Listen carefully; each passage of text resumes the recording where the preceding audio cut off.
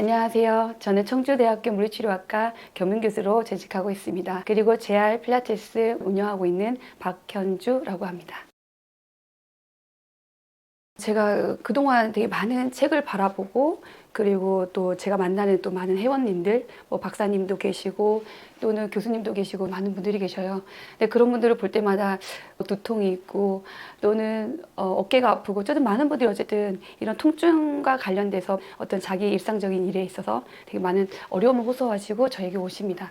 근데 그런 걸 보면서 제가 늘 항상 생각하는 건 뭐냐면 왜 사람은 아프게 살아야 되는 건가에 대한 하주를 가지고 있습니다. 그러면 건강하게 살기 위한 방법은 없을까라는 어떤 생각으로 제가 많이 하게 되었는데요. 건강하게 살기 위해서 가장 중요한 것은 우선 먹는 거, 운동하는 거 다 중요하다라고 생각이 들지만 그 중에서 제가 가장 와닿는 말이 있다면 그 서케디안 리듬이라고 생체 시계라고 하는 말이 있어요. 1729년에 이제 천문학자에 의해서 발견된 하나의 이론인데요. 사람이든 또는 생물이든 일정한 주기를 가지고 생활 패턴을 가진 어떤 주기를 가진다라는 이야기인데요.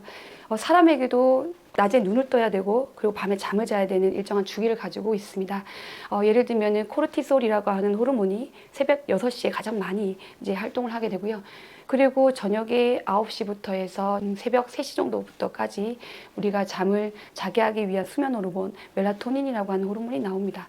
그래서 가장 건강한 삶을 위해서 지켜줘야 되는 것은 뭐냐면 이러한 서케디언 리듬에 따라서 인체를 사용하는 것, 그리고 잠을 잘 때 잠을 자고 일어날 때 일어나는 것, 그리고 스트레스를 받아서 활동을 할 때는 활동을 해주는 것, 이것이 가장 중요한 핵심이라고 생각합니다.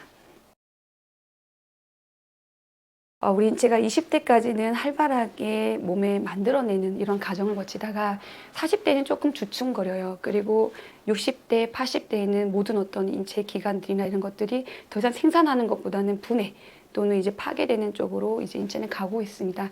그러다 보면 생애 주기별 운동 방법은 조금 다르게 우리가 결정을 해 가야 하는 부분이 있어요.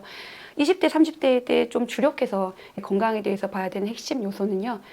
조금 더 내가 건강한 삶을 위한 습관을 들여야 되는 시간이라고 생각을 합니다.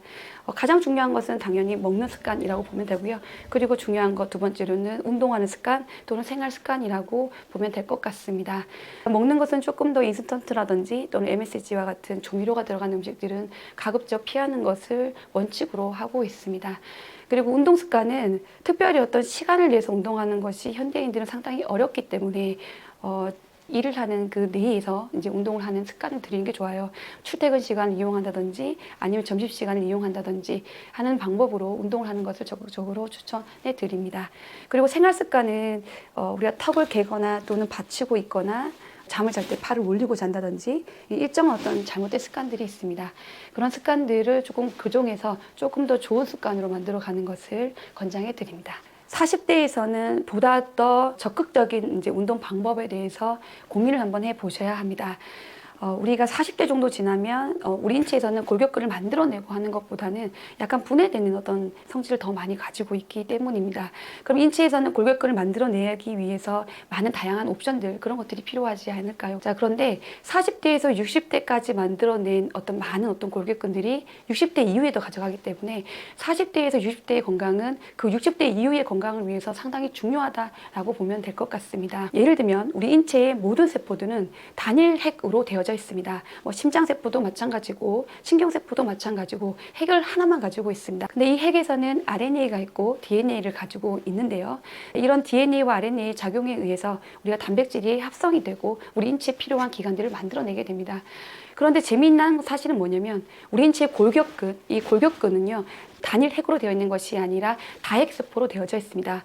핵이 많다라는 것은 내가 인체에 적응하는 것에 따라서 핵을 더 많이 만들어낼 수 있고 또는 우리가 쓰지 않으면 핵을 더 많이 줄여간다는 건데요.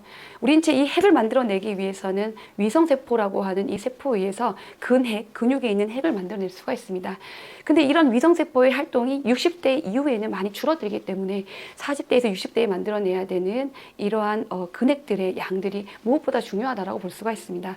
그러면 이러한 근액들을 만들어내고 미토콘드리아를 보다 더 만들어내고 인체의 혈관계를 보다 더 만들어내기 위해서 우리는 어떠한 운동을 해줘야 될 것인가. 그러면 그 운동을 선택하는 데 있어서 많은 고민을 하게 되는데요. 그러나 가장 보편적인 것은 우리 인체에는 골격근이 두 가지 형태의 골격근이 있다라고 바라봅니다.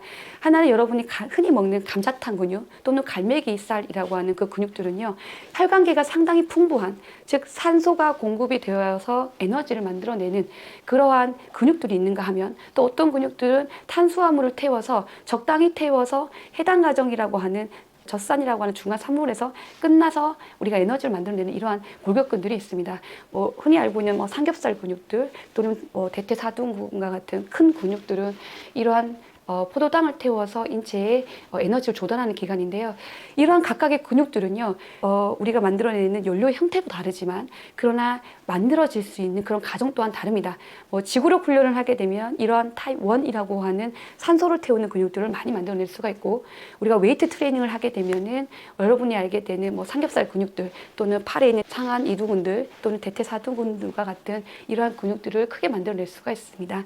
그러나 사람에 따라 우리가 원하는 근육을 키우기 위해서는요, 보다 더 전문가의 도움을 통해서 골격근을 선택해서 운동을 하실 필요가 있다라고 봅니다. 60대 이후에서는 골다공증도 많이 생기고 우리가 알고 있는 만성 대사성 질환도 많이 생기게 됩니다. 그러다 보니까 보다 더 적극적인 운동 방법을 선택하셔야 합니다. 크게 세 가지 정도로 우리가 지침을 들 수가 있습니다. 첫 번째, 중강도 운동을 150분 정도 해주고 또는 고강도 운동을 75분씩 해줘라. 이건 주에 해당되는 양이라고 볼 수 있고요. 더 나아가서 중강도 운동을 한 300분 정도 해줘라. 그리고 고강도 운동을 150분 이상 해줘라 라고 하는 지침이 가지고 있습니다. 그리고 두 번째, 우리가 대근육 운동을 해줘라 라고 얘기를 합니다. 주 적어도 2회 이상을 해주고요. 주 3회 정도는 더 좋을 수가 있습니다. 큰 근육 위주로 해서 8개 또는 10개의 근육들을 표준적으로 우리가 잡을 수가 있어요. 평균적으로. 그러한 운동들을 우리가 한 세트에 8번에서 12번 세트를 통해서 운동을 해줘라 라고 얘기를 하고 있습니다. 그리고 세 번째 운동으로는요, 유산소 운동을 반드시 해줘라. 주 2회는 반드시 유산소 운동을 포함시켜라 라고 이야기를 하고 있는데요. 이러한 운동을 할 때에는 여러분들이 되게 중요하게 바라봐야 되는 것은 운동의 강도입니다.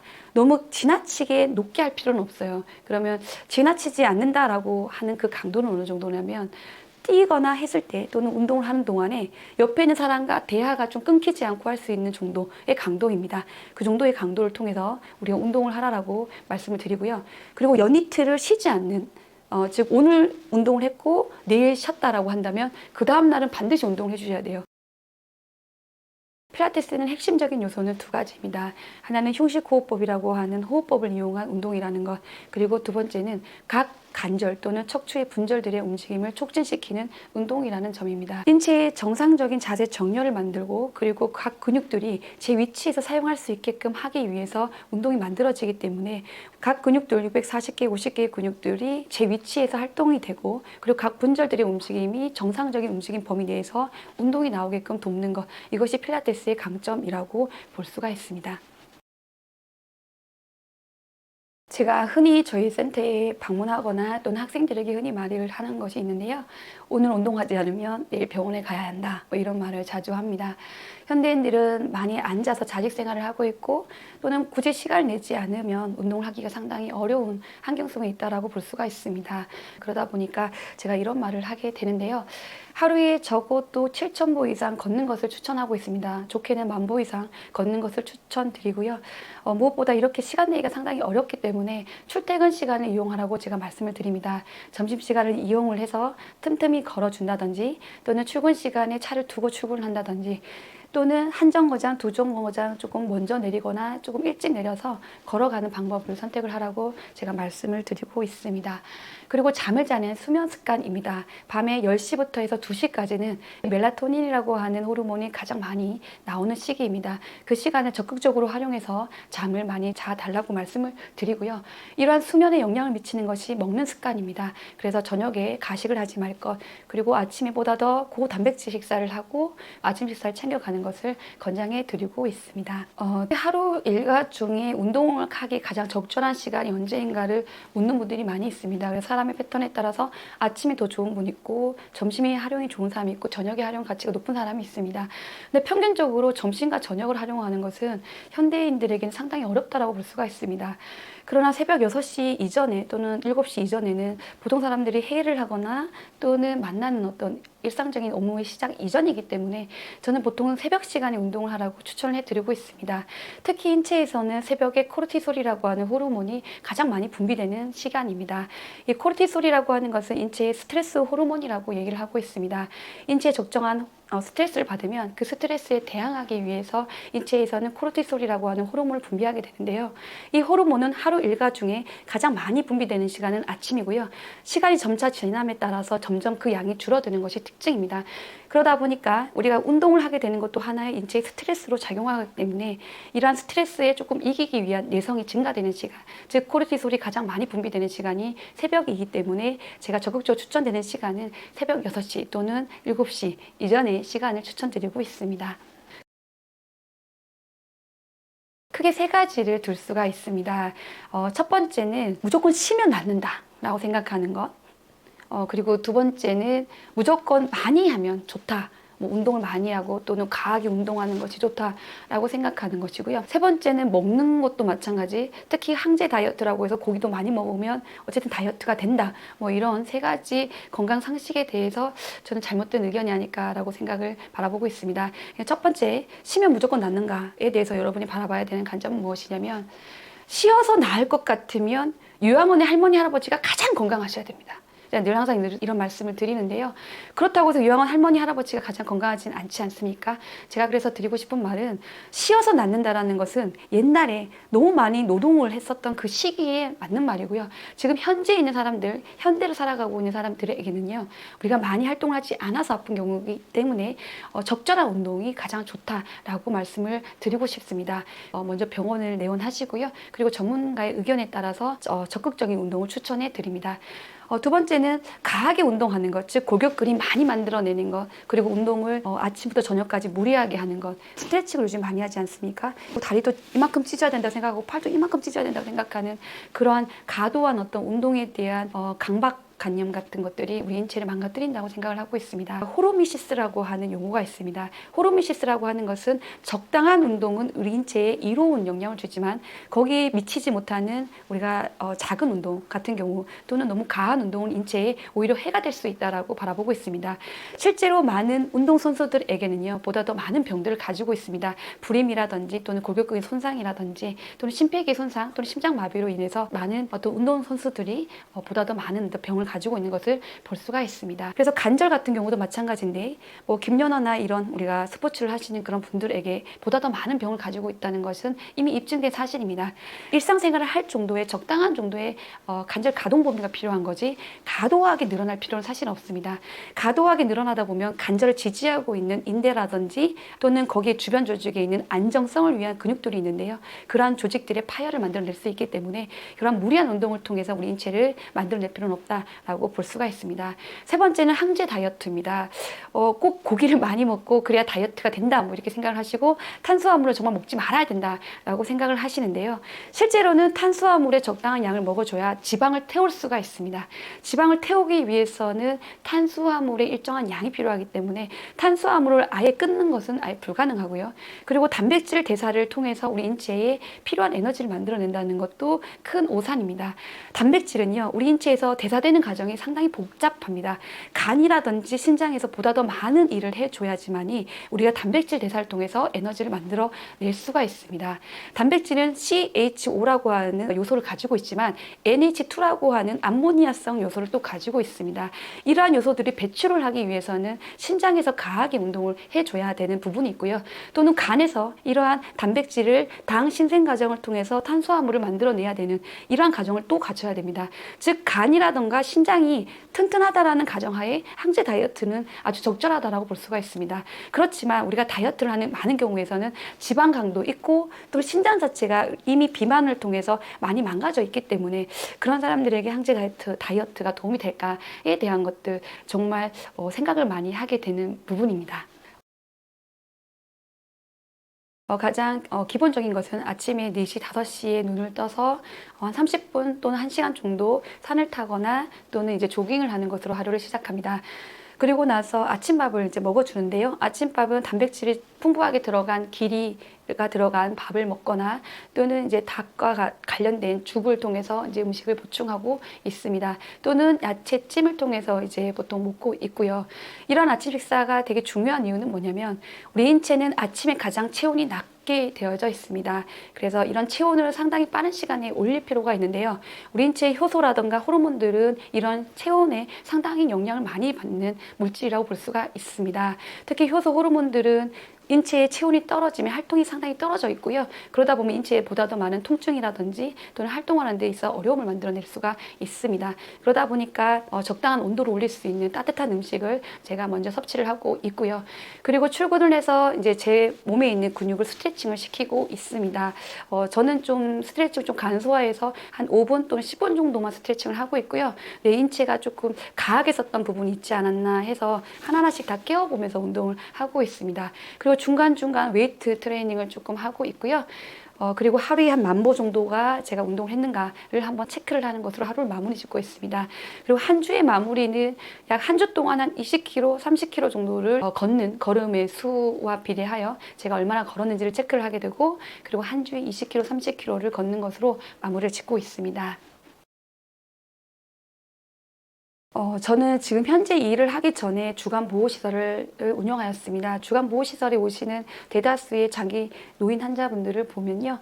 한 가지 질환만 가지고 있는 것이 아니라 대다수 많은 질환을 갖고 오십니다. 암을 포함한 또는 뇌졸중, 치매 이런 것들이 한 사람에게 가지고 있는 질환이라고 한다면 믿겨지시겠습니까? 네, 물리치료사로서 제가 조금 더 치중했던 그 일은 무엇이냐면 40대에서부터의 인생을 조금 더 바꿔보자 라고 해서 지금 현재 JR 필라테스 연구소를 운영하고 있습니다. 생애에서 40대 이후에서의 삶은 상당히 중요하다고 볼 수가 있는데요. 그런 이유는 무엇이냐면 우리 인체의 대부분의 세포들은 단핵세포로 되어져 있습니다. 핵이 하나라는 거죠. 그러나 우리 골격근만은 다핵세포로 되어져 있습니다. 핵이라고 하는 것은 그 안에 DNA가 있고 RNA가 존재하고 있고요. 우리 인체가 필요한 골격근을 만들어낼 수 있는 그 양을 근액에서 우리가 조절할 수가 있다고 볼 수가 있습니다. 즉 골격근에서는 다핵세포로 되어져 있다 보니까요. 우리가 원하는 만큼의 근육의 핵을 만들어낼 수가 있습니다. 그러나 이런 근액을 만드는 위성세포마저 60대 이후에는 없어지기 때문에요. 우리가 60세 이전에 만들어낸 근육의 핵들이 60대 이후의 삶을 반영할 수 있다고 볼 수가 있습니다. 그러면 60세 이전에 만들어주는 이런 근육의 핵은 어떻게 하면 만들어질 것인가?